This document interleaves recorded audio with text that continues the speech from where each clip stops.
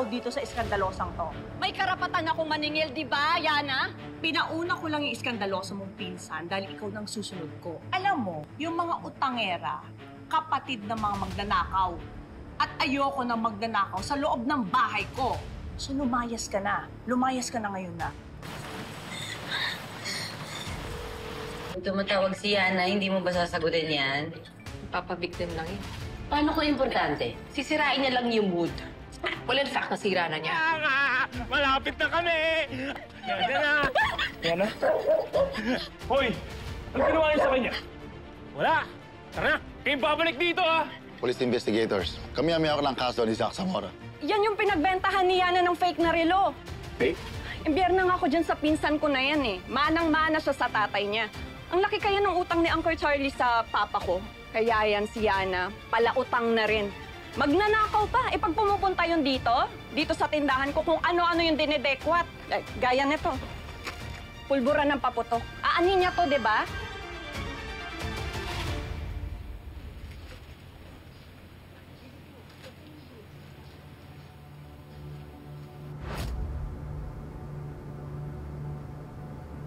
Ano yan? Mukhang... Parang pulbura to. Paano magkakaroon ng pulbura sa loob ng gym? Exactly. Ibig sabihin, naglagay na ito.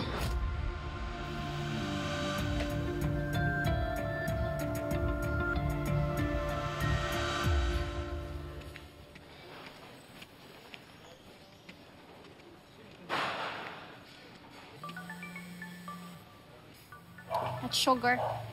So yun, tatawag-tawag siya ngayon. Baka hinahanap ka nila. Uy, ano pa? Galit nga sila, di ba? Okay. Basta, we just need to find Tito Andy right now, okay? Sino nga ulit yung Tito Andy mo? Si Tito Andy yung huling naka-work ni Daddy before he flew to Dubai. Kaya siya yung pinaka may nakakaalam on what's happening right now. Sige, hanapin na natin siya. Excuse me po. Hi, Manong. Ay, ayusin nyo naman. Lahat na nasira doon, iaawas ko sa sahod nyo, ha? Sige, balik sa trabaho. Tahan nyo si Balong. Charlie, samahan mo. Ready, patingin. Sige na. Daddy.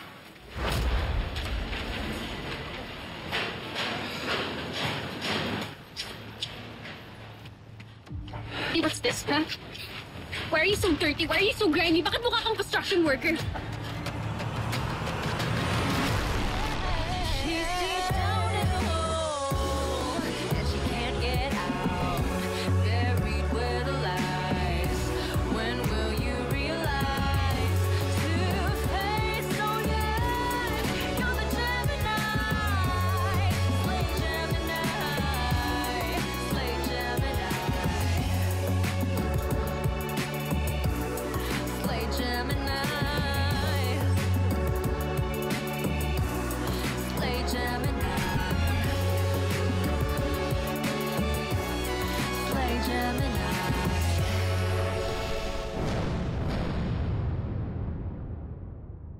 Yana, please, don't make a scene here. Anas construction worker talaga kayo ngayon.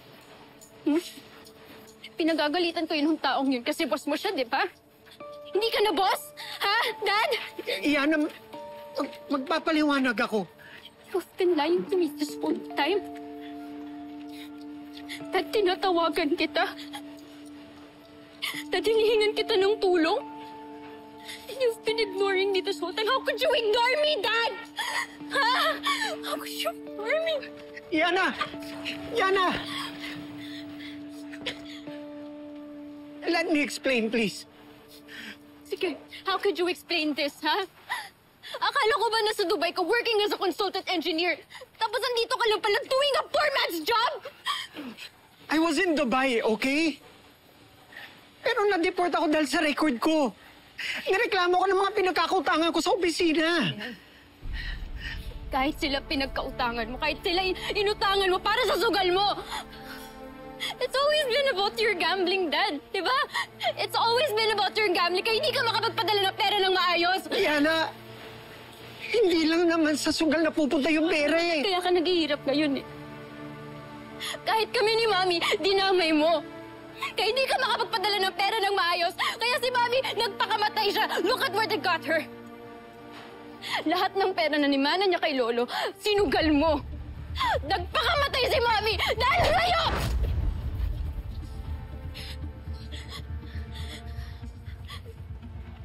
Akala mo ba na hindi ako nasasaktan na nawala ang mami mo?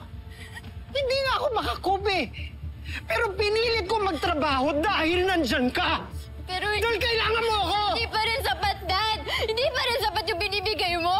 Dahil lahat napupunta pa rin sa sugal mo! Napupunta din naman sa luho mo ah! Ang dami mo hinihingi, ang dami mo pinabibili, ang dami mo gusto! So are you saying it's my fault? Huh?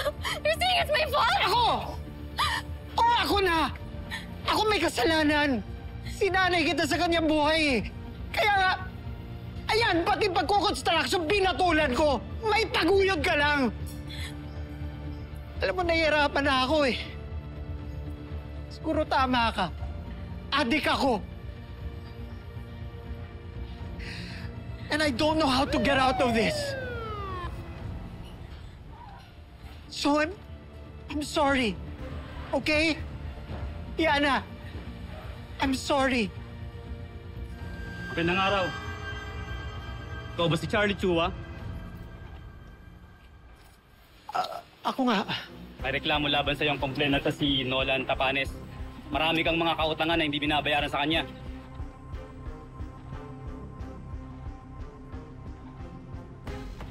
Kala mo matataguan mo ako? Pinabarangay kita pero binaliwala mo. Wala ka talagang intensyon magbayad. Kaya inakyat ng abogado ko sa piskal, Charlie. Kinasuhan ka ng estafa. Estafa? Oo, maraming utang sa akin ng daddy mo. Ayaw niya magbayad? Kaya yan. Nolan, bayaw. Baka naman pwede natin pag-usapan to. Dala namin ang warrant of arrest mo na ibinabagaling sa husgado. Sumama ka sa amin ng mahinaon. You have the right to remain silent. Anything you say, Charlie! Dad! Charlie! No, Dad! Wait! Dad! Wait! Adi! Wait! No! Ah! Sir! Salamat ka dito, pinutuan! Daddy ko! Yana, Daddy! sorry! Daddy, Yana, please, pasensya na. Sorry! Ipasasama yan! Sir! Sir, huwag niyo Sorry, nasasaktan yung daddy ko! Pasensya na. Sorry ka pa, ha? Daddy, okay, I'll Pasensya na.